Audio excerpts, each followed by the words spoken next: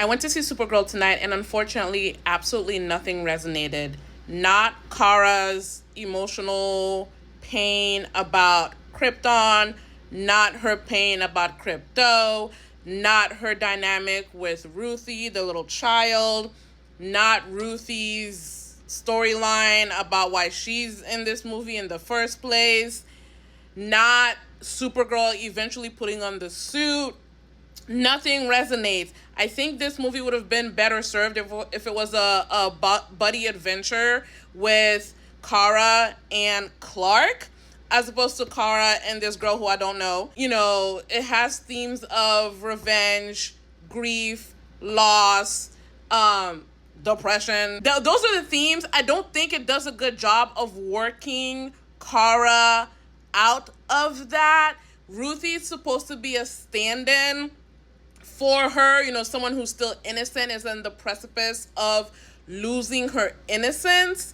But like, while I hear the words being spoken, it didn't jump off the screen. It never, I never bought into it. I did not feel the stakes at all. And so when we get to the point where Kara does put on the suit, like, the music's going crazy and it sounds very inspiring, but the movie does the thing that I don't like, which is that to help bring us there, it uses a montage directly before.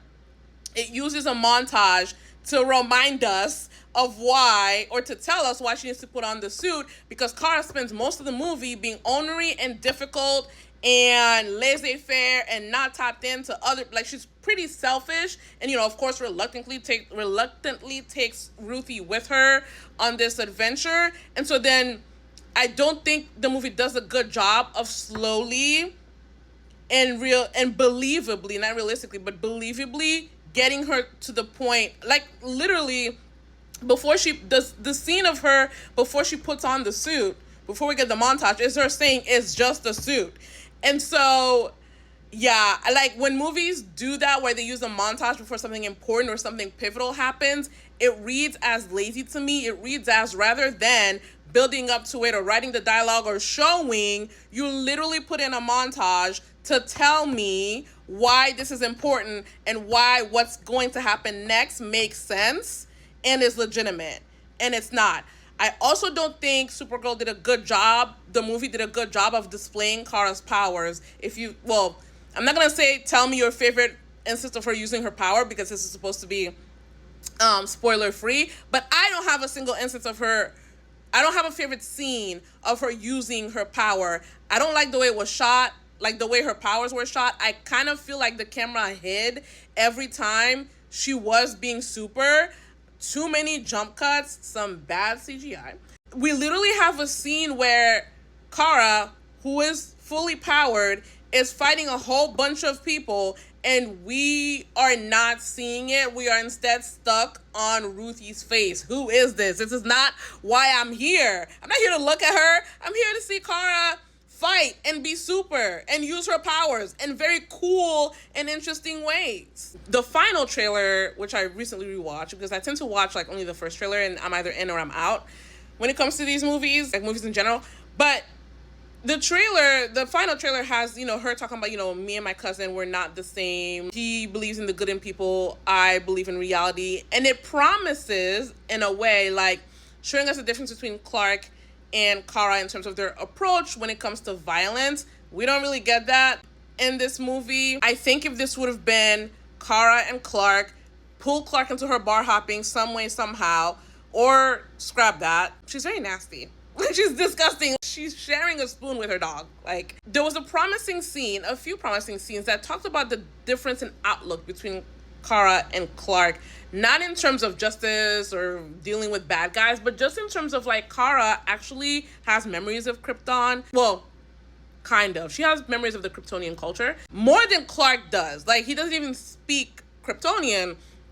And I think that playing out, the resentment from Kara, the anger, clashing with Clark's optimism and his oversight of, you know, how big of a deal it is that she lost her planet. Like, it's not just a story. She doesn't just have recordings. She has memories.